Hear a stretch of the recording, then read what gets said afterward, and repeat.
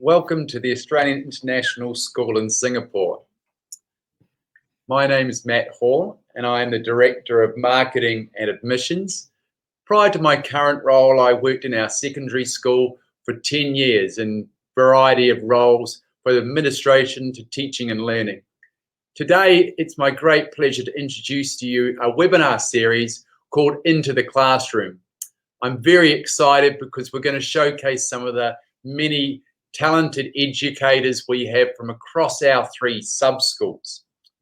From our past conversations with parents, we found that it was the teachers themselves that you wanted to hear the most from. So with that in mind, and without much more ado, I'd like to introduce you to a very dear friend of mine, Mr. Theo Mandziy. Theo is first and foremost our coordinator of visual arts. He is also an accomplished artist in his own right and has held exhibitions across the Asia-Pacific region. He is globally recognised for his work in education through transdisciplinary learning with the International Baccalaureate, where he's been a team leader and workshop leader. He is also the very proud father of 2 beautiful teenagers, Archie and Georgie. Without any more, let's have a chat with Theo Mandziy. Welcome, Theo. Hi, Matt. Thanks for having me on board. Firstly, could you give everyone a background to your long history with the Australian school? I have had the good fortune of being at the school for some time and experiencing a lot of its journey. I started at the school in '97 as a much younger version of myself, and at that time the school was a very small community type school with a student body of approximately 400 students. The Australian community itself in Singapore was a lot smaller then too.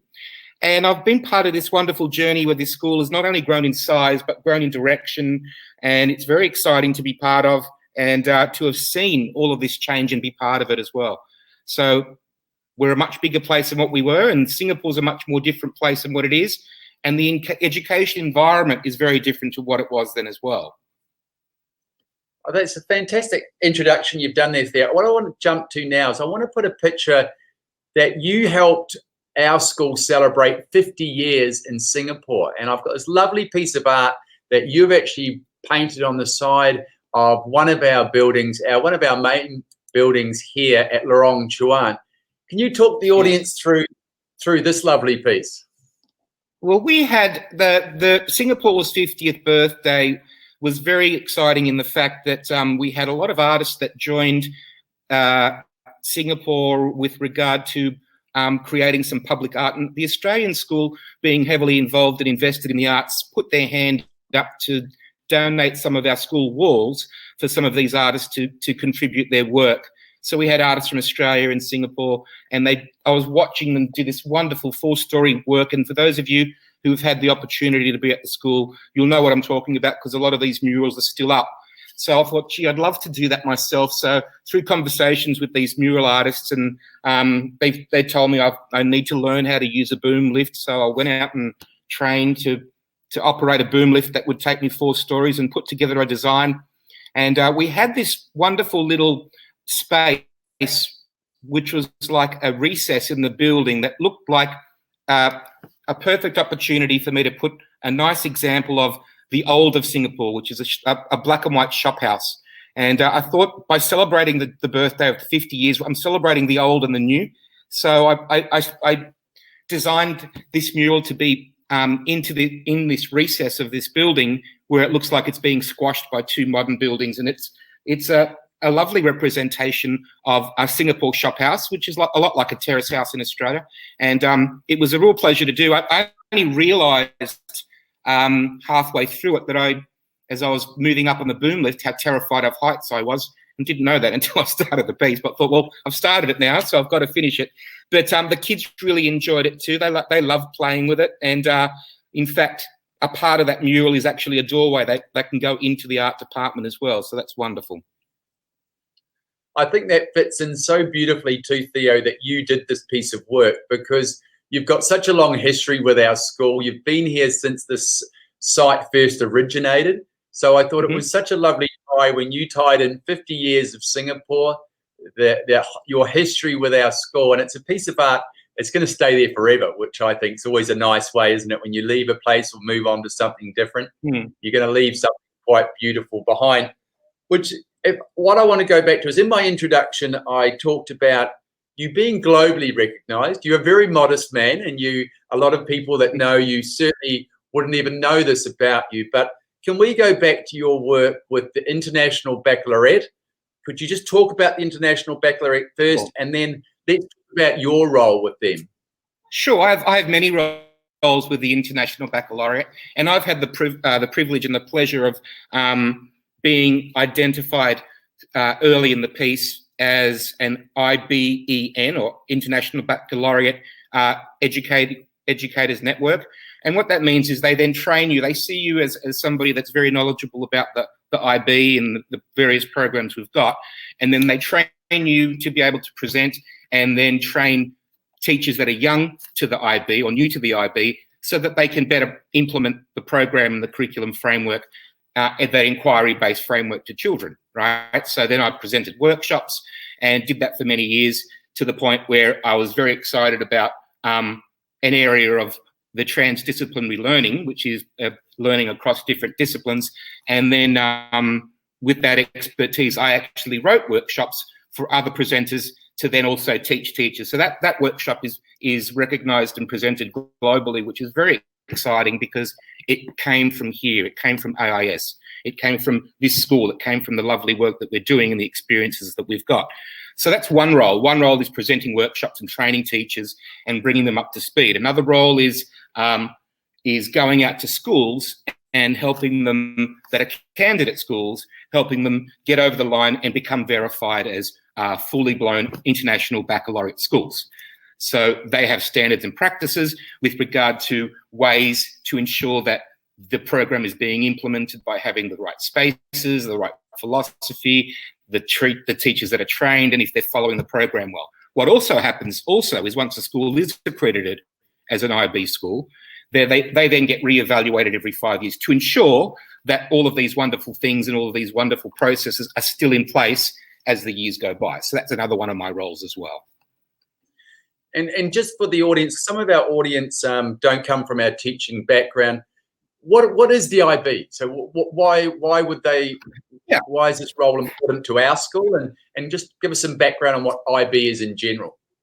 So the IB has been around for just over 50 years, and it's essentially an educational curriculum framework. It's not a national curriculum that it gets delivered the same across the world. It's the way that schools opt to deliver a framework that is inquiry based, that's based around setting up the student. Like, one of their goals is for the students to be inquiring, knowledgeable, global citizens that are aware of global issues as well. So it concentrates on big ideas, transdisciplinary ideas, and conceptual learning. Inquiry is a very important component of the IB, whereby the students are being taught backward by design. So instead of being traditionalist with regard to passing on knowledge, where students just learn knowledge, this is all about them understanding the way that they learn.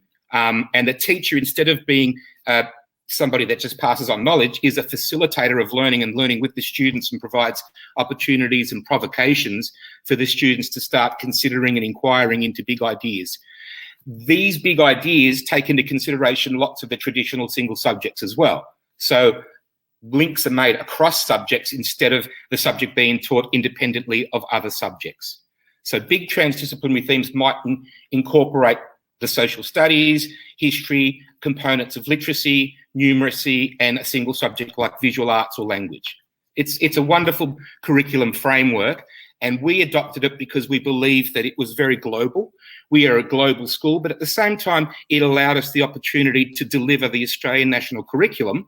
So we are still delivering Australian National Curriculum, but within a framework of an inquiry, curious nature for the students. It's a wonderful framework. We're very excited that we're doing it. And at the Australian School, we have the PYP, the Primary Years Program, in our elementary school, and we have the IB program for our years 11 and 12, which we know for universities, it's really looked as the gold standard these days, isn't it? The IB qualification is. Can you talk about why is that? Why do universities look at the IB, the diploma, with such high stance? What's your perception? I think it's because the diploma program, or which is like the year 11, 12 program, requires students to do beyond the standard subject areas. So when they're making their selections, they select their subjects like physics or sciences and maths and whatever humanities they're interested in. But there also is a mandatory component that they have to do with second language. So a second language component is a mandatory component of the IB diploma, as is elements such as community service, where the students have to participate in community service. There's the extended essay, where the children have to consider a big idea or something that's topical or relevant to them, that they have to write an extended essay, and it may be across different subject areas. So there's also the theory of knowledge, where they also have to produce a paper with the understanding about knowledge and how it's acquired. So these extra components beyond a standard subject are part of the strength of the diploma program.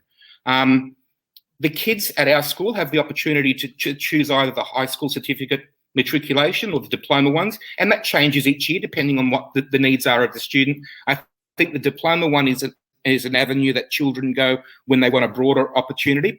But having said that, also it's one that's recognised globally because it's a program that's delivered globally as well. So I think that it's a wonderful opportunity for the children. I think that's those that choose to think about wider ideas beyond the standard subjects. I think it's wonderful. But that's not to take anything away from the HSC, which is also a wonderful matriculation as well. The kids, that's a very, very rigorous program too. So our kids are very fortunate here that they have the opportunity to have the choice between those two. It's great.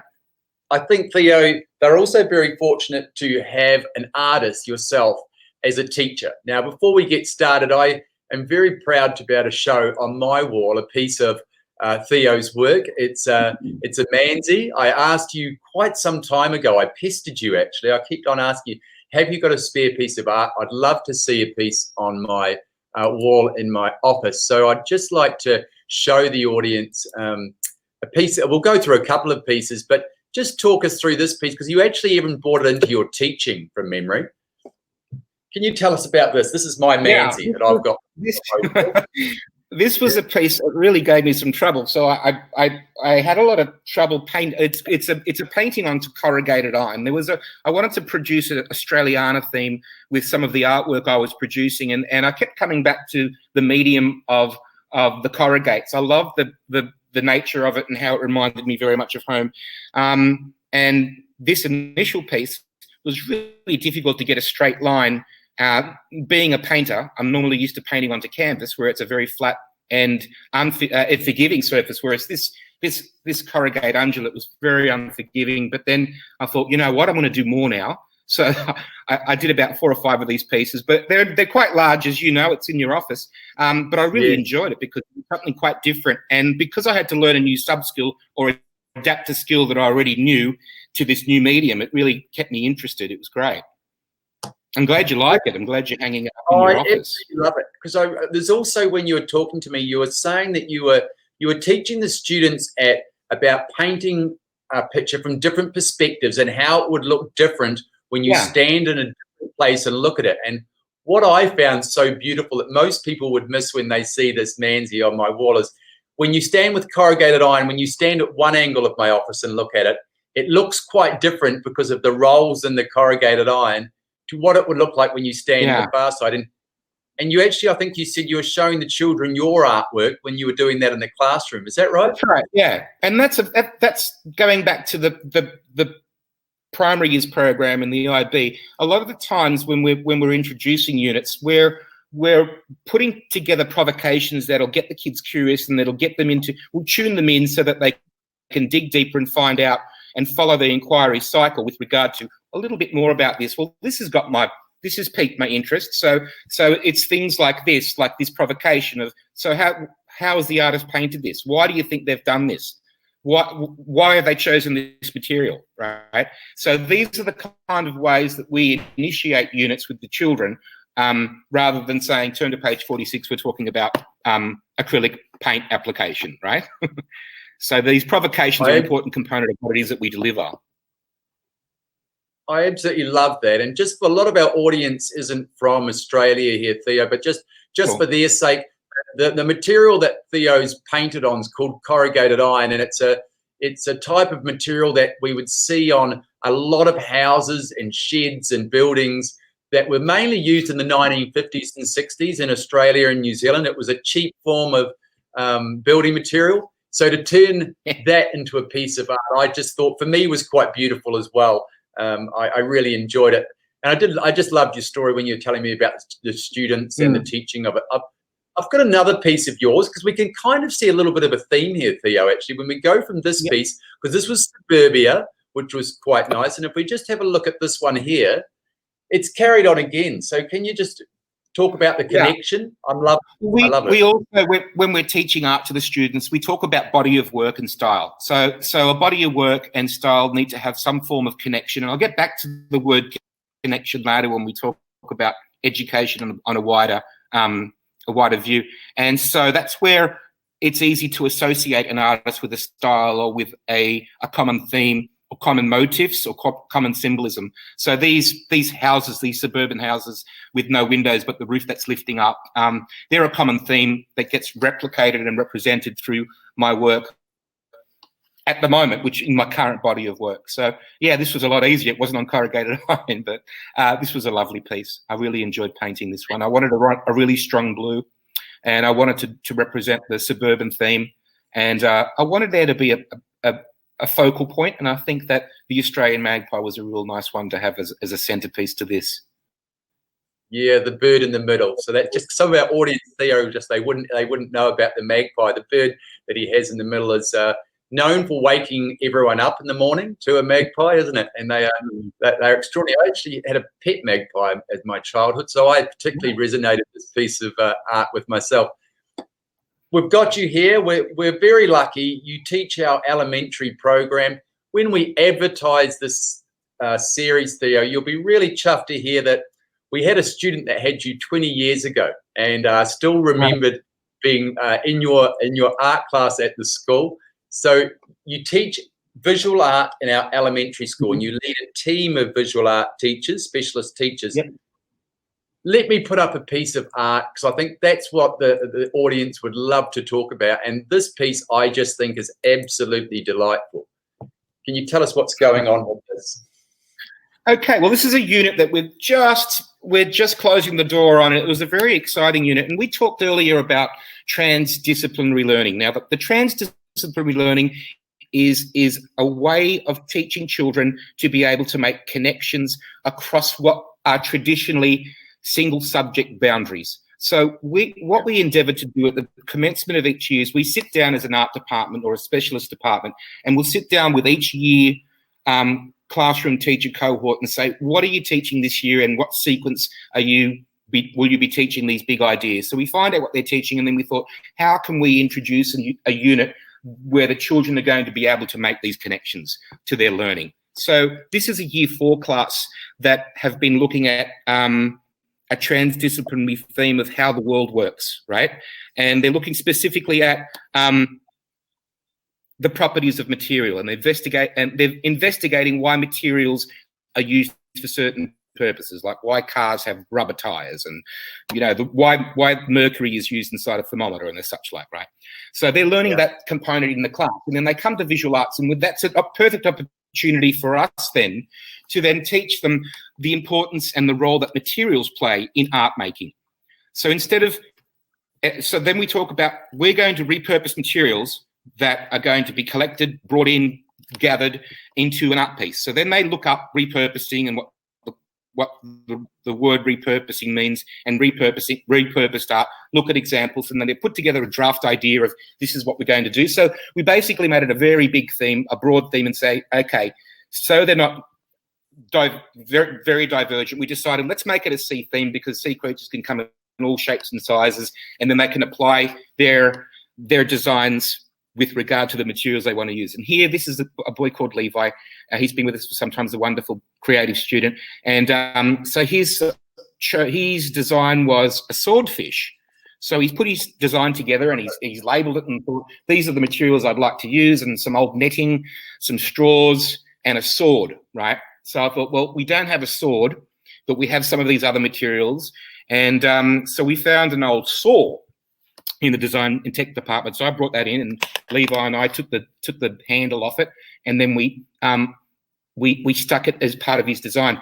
So from an art perspective, this is a contemporary representation of a big idea that they're learning about with regard to materials in class. But at the same time, we were talking earlier about that backward by design, where instead of art being, we're going to learn about sewing, we're going to learn about gluing, right, independently without a big idea. This is the big idea where then the art techniques and artist practice and processes lead to the big idea. So here we are, the kids have made those connections with what they're learning in class.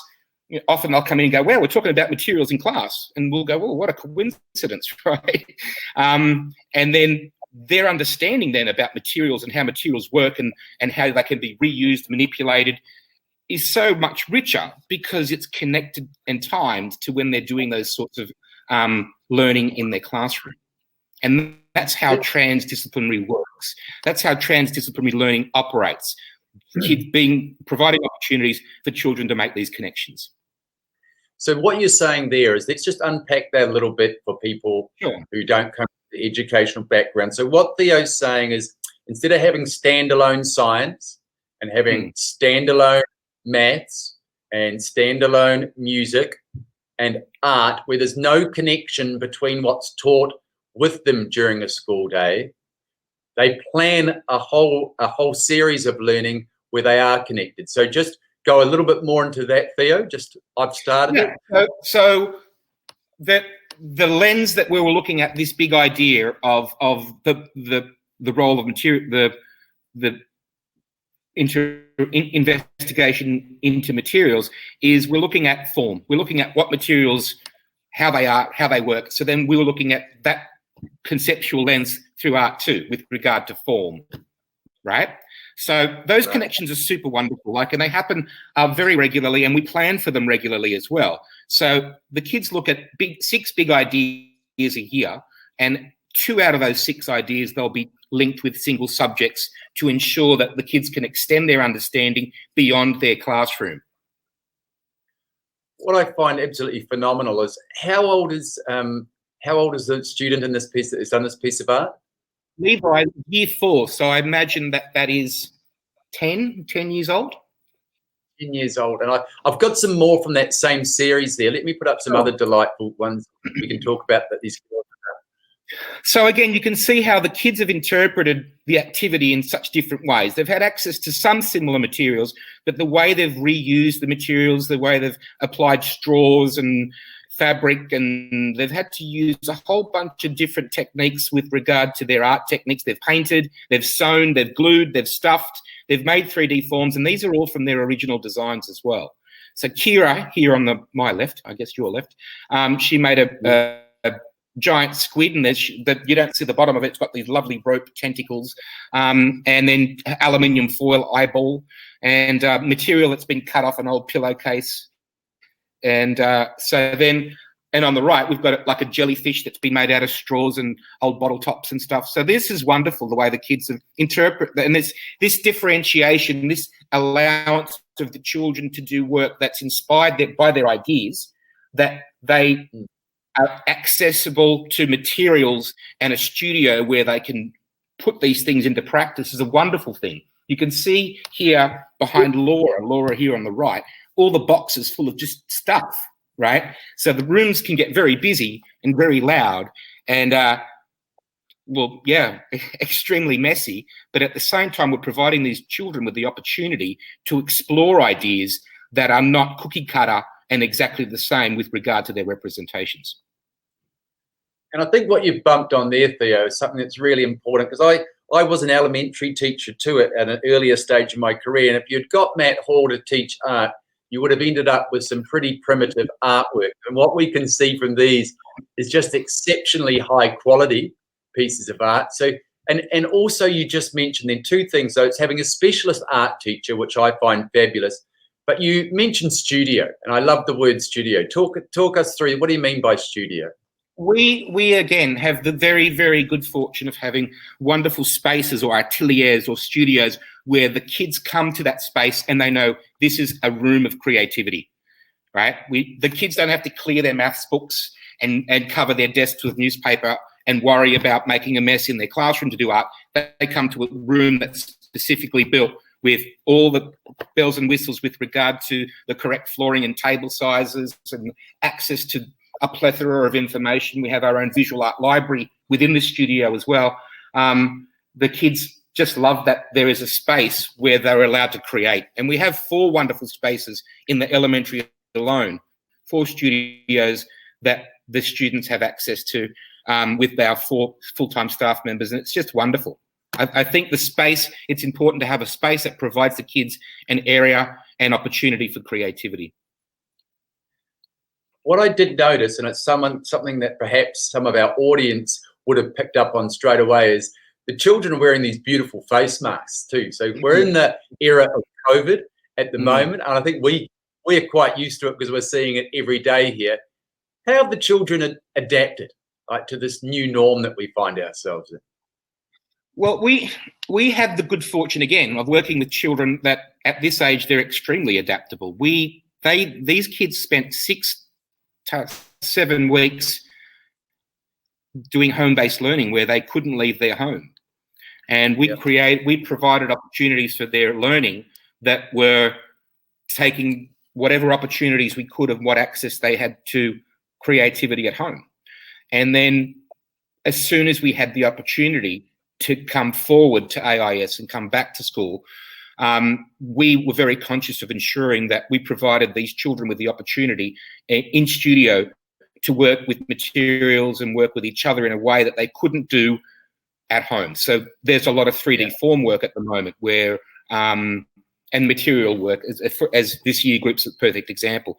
The mask wearing and the mass cleaning of furniture and materials between classes is just something the kids adapted to very quickly. They're very adaptable at this age, so this just became a norm for them.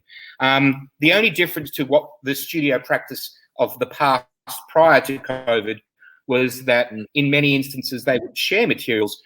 In this instance now we're ensuring that the kids have access to their own individual materials. And then they're cleaned down at the end. So the kids are getting really good at the transition between classes, cleaning beforehand, moving on, continually wearing their mask.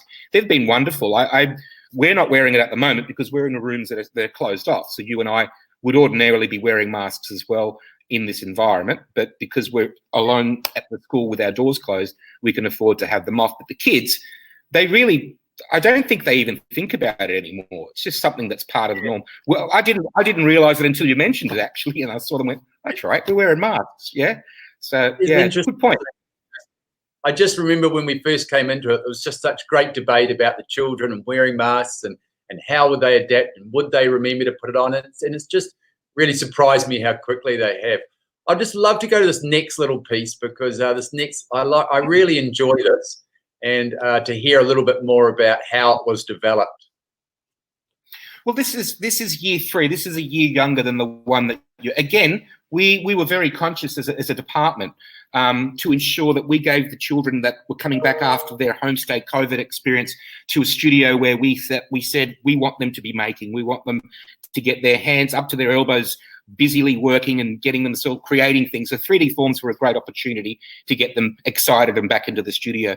Year 3 had a standalone unit where they were looking at the specifics of culturally influenced art or folk art or art that is specific to a particular culture. So we started that provocation by looking at just the term folk art and got the kids just on their iPads to find out what they could possibly find out. And they had all these wonderful examples. We came back together as a group and then talked about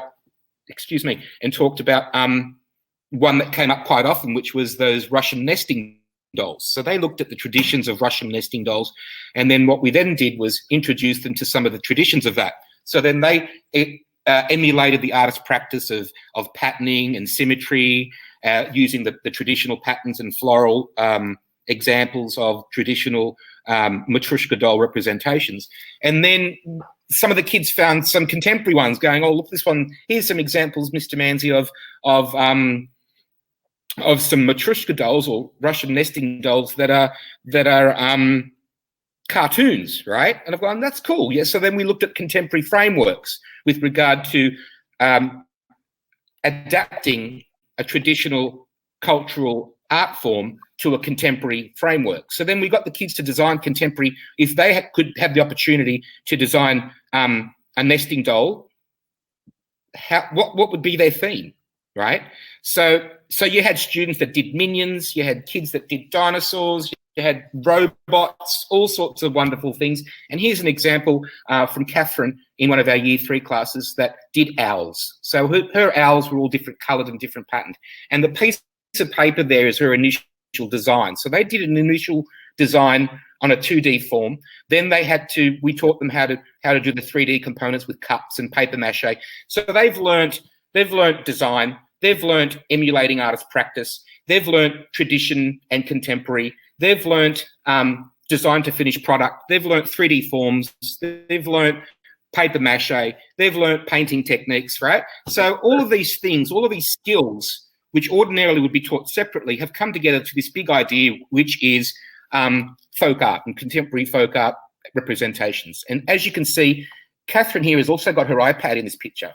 And because what she's doing now is the unit has come to a conclusion, and she now is answering several questions with regard to her artist practice, her initial ideas, the process and the steps of how she made her art, and the finished product. So the kids use their technology not only to research and find out at the beginning of a unit, they record their artist practice and processes during a unit, and then they reflect on their understandings at the end of a unit. So one of the things we're very proud of here at the school is that art is not just about art making. 50% of our program is art responding. So that art responding component gives these kids this bigger understanding about not just what they're doing, but why they're doing it, and how, again, talking about this transdisciplinary learning, how it's connected to their learning.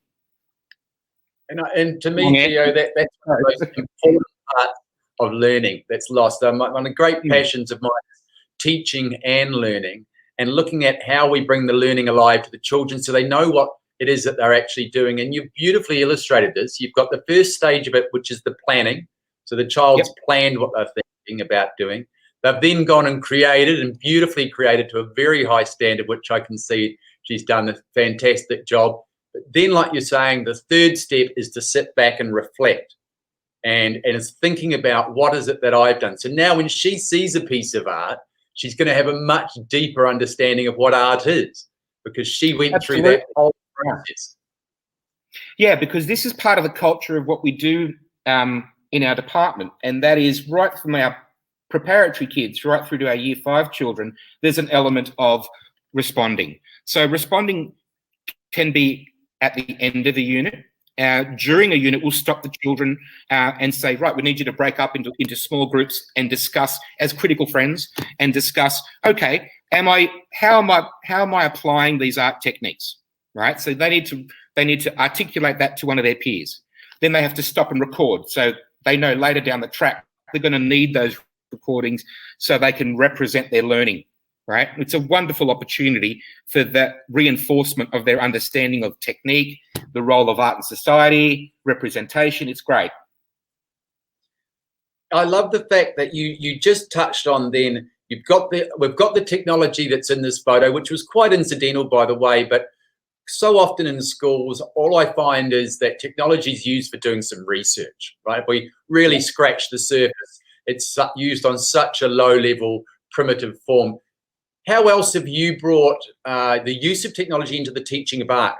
Can you talk us through how you've used that in it could be through other units of work that you might have had? It's such a wonderful tool.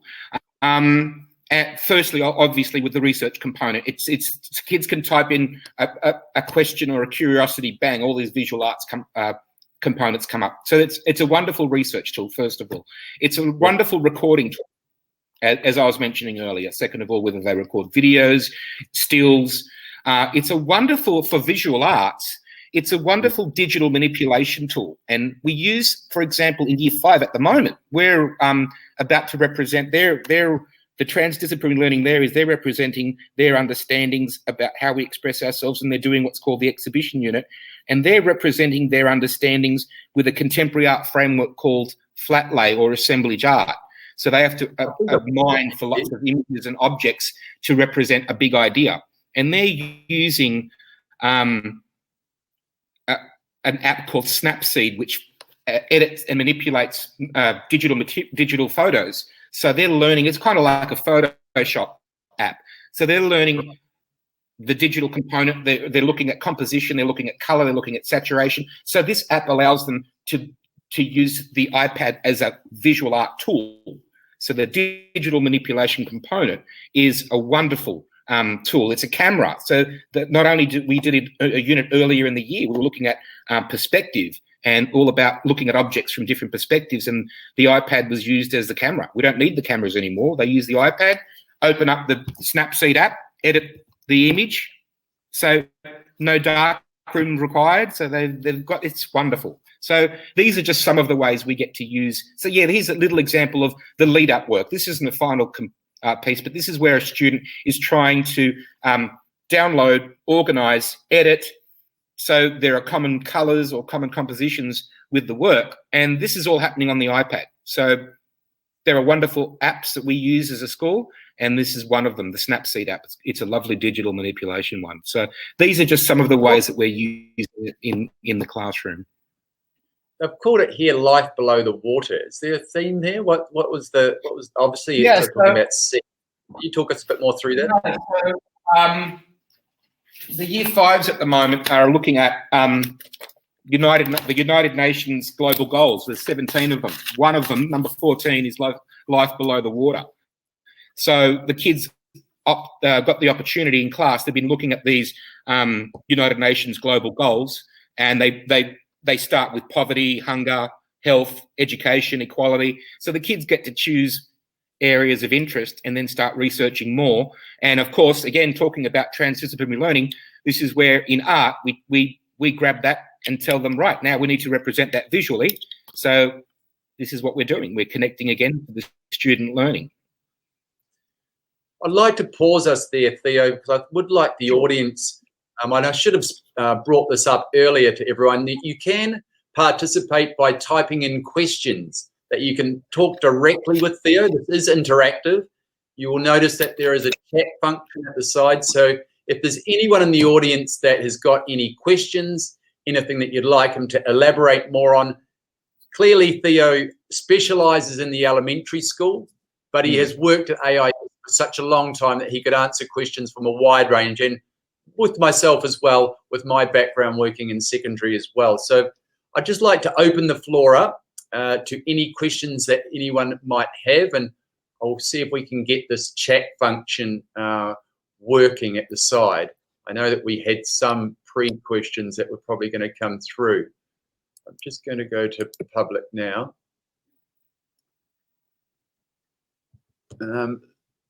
I've just got one question here from Lawrence. He was asking about what's this hanging from your ceiling?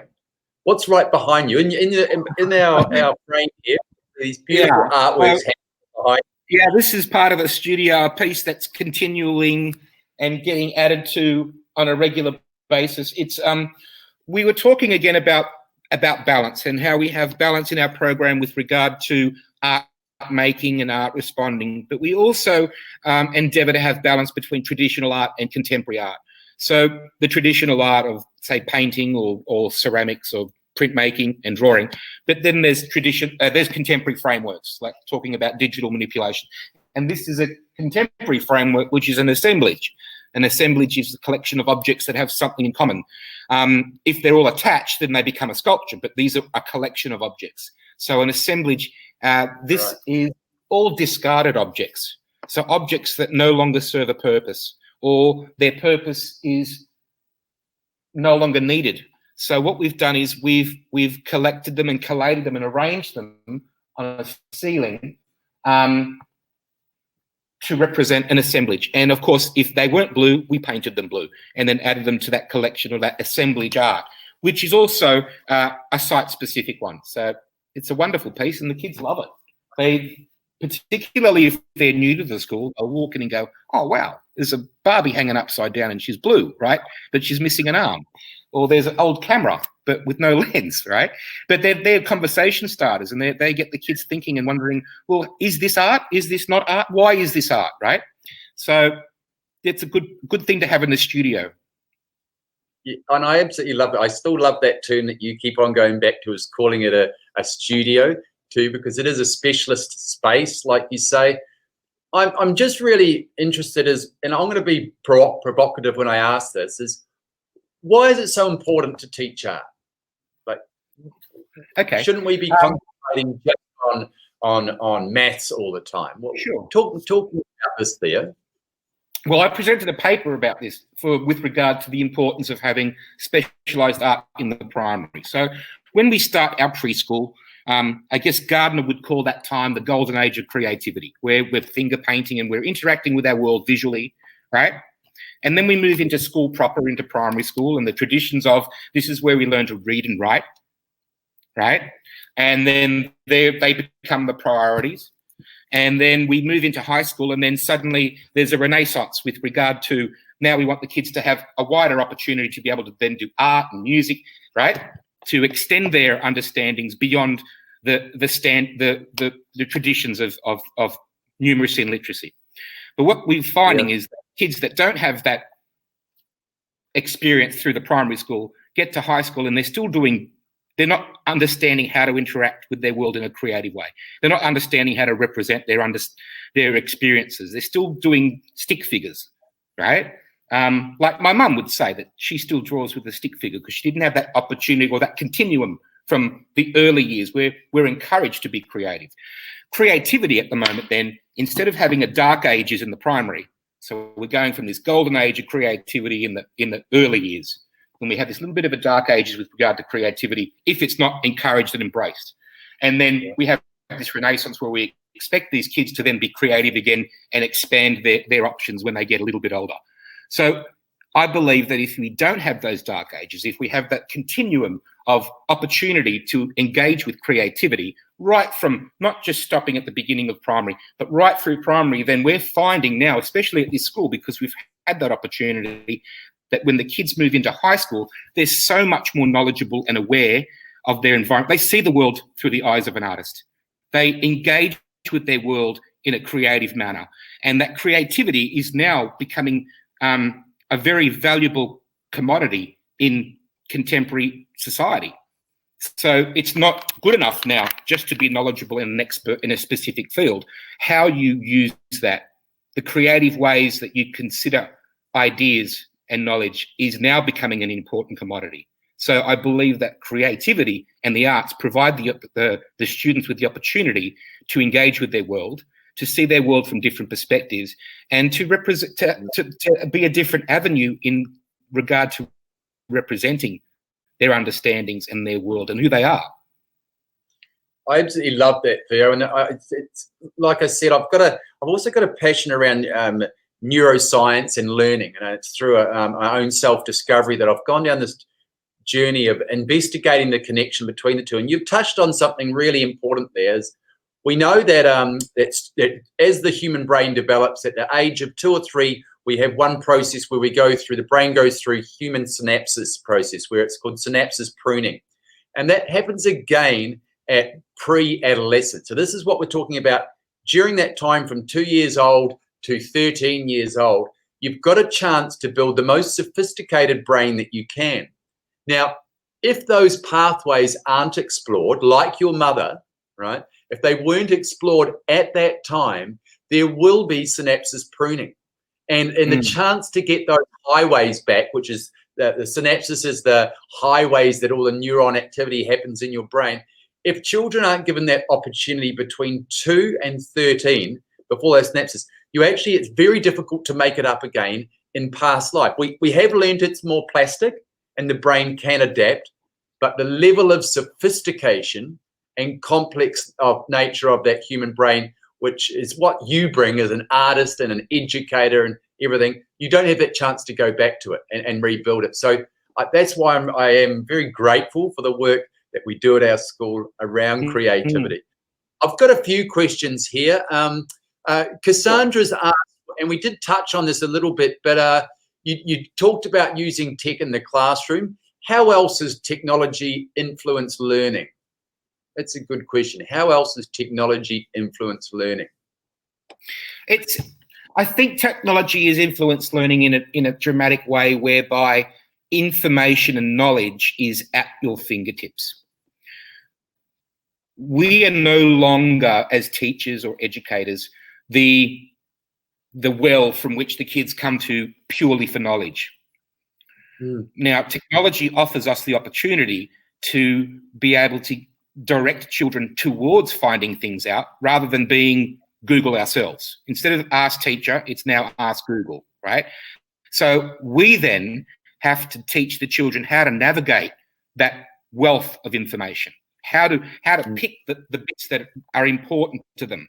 So technology for us then is not only a tool to access this knowledge, but it's also a skill that they need to learn how to use, firstly responsibly, but also how to best get what it is that they're after, right? The different opportunities. So these creative avenues that we can use our iPads or the kids' iPads with are really important, because then it provides them with, this is how I found the information out last time.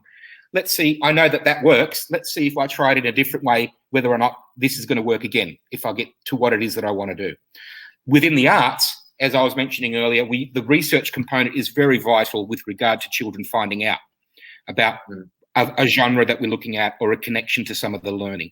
The recording component is vital too, because it's always going to be there. They put their information there about their experience, their understandings, and they can see and they can follow that the level of understanding or the steps of understanding and how it's changed over a unit with regard to visual arts from when they first found out about that genre to when they're finishing off.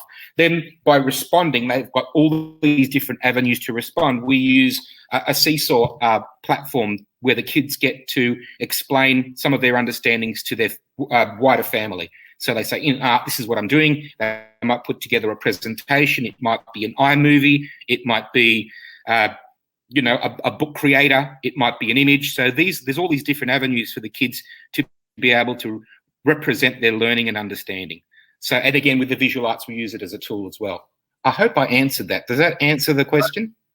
You certainly did. You jumped around, and I think that's it's incredible, because it's used far more than just like the researching side. You're absolutely spot on.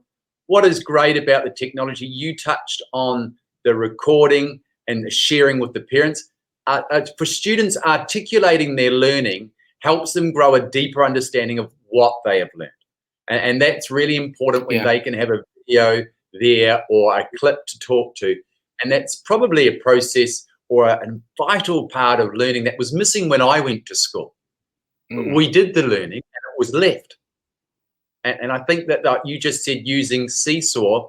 Can you just go back to that bit? So you're using Seesaw to do what? What was that again? Can you explain that a little bit more?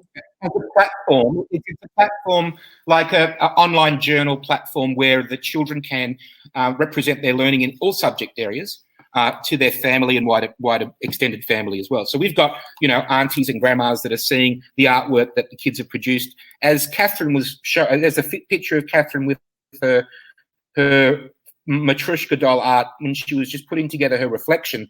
That then gets put onto Seesaw. Yeah, so that reflection that she's putting together might be an 8-page book creator reflection where she talks about her learning and has examples of the steps that she did. She'll then upload that to Seesaw and put a comment. Here's my work. This is what I got up to.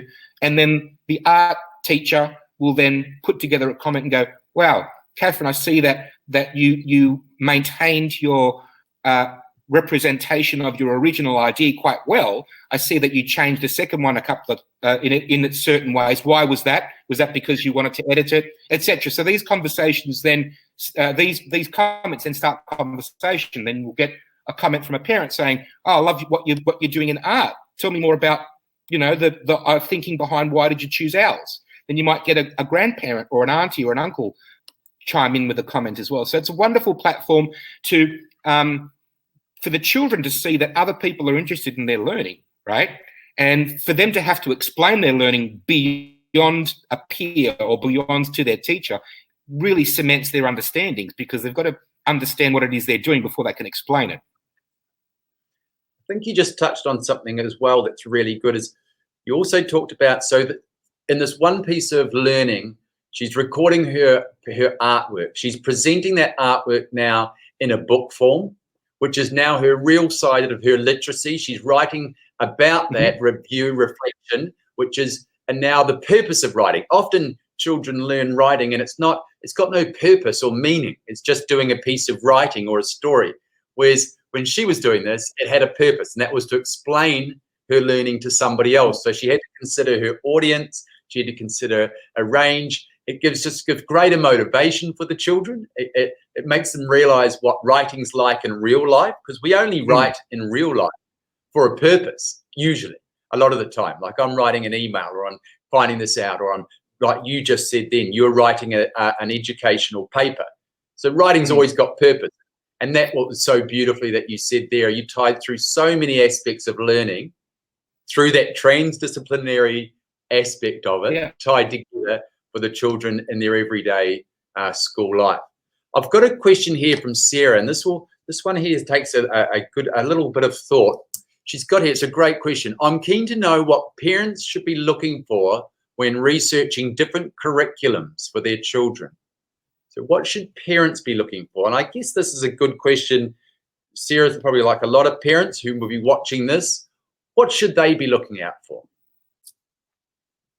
I mean, I've got my children have come right through this school, right from preschool right to my son sitting for the IB diploma.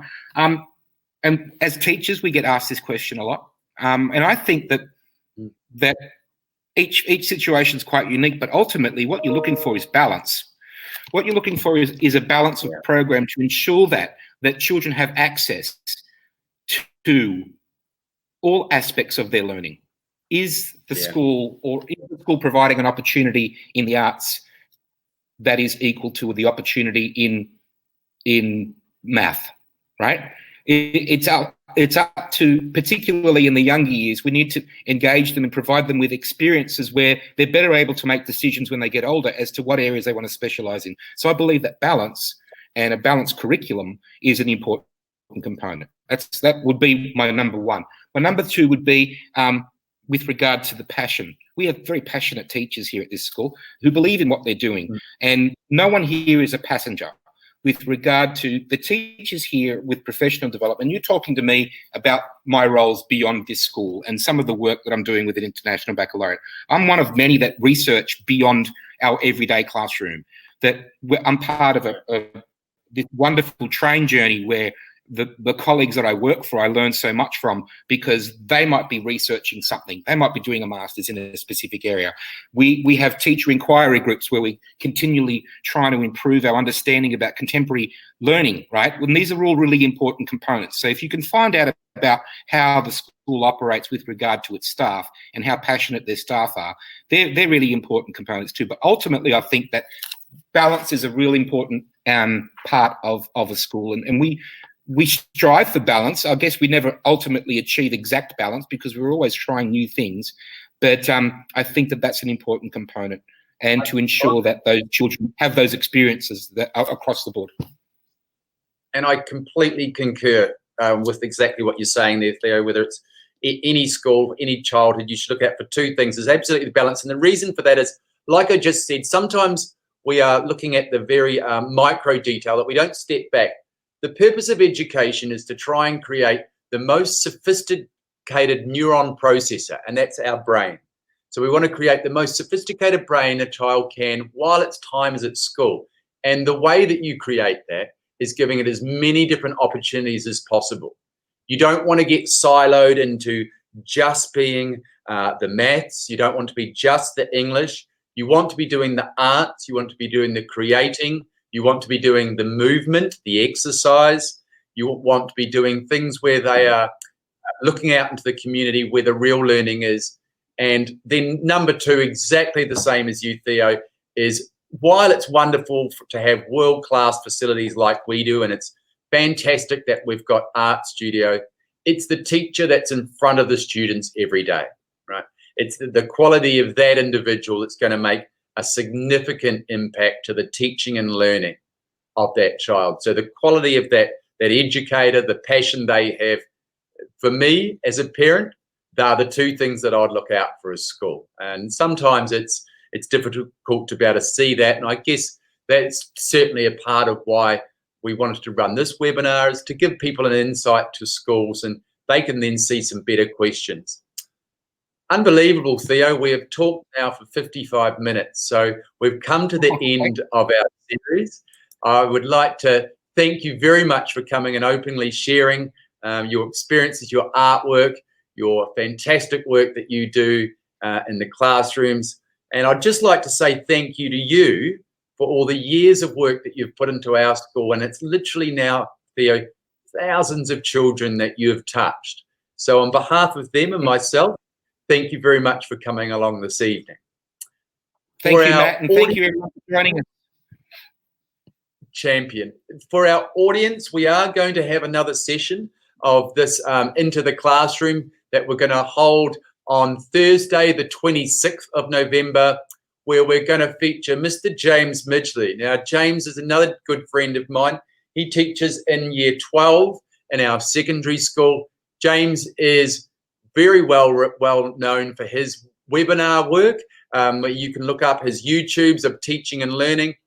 He's also the very much loved head of year for year 12. So if you'd like to hear more from another educator, this time in our secondary school, please register just like you did for this event.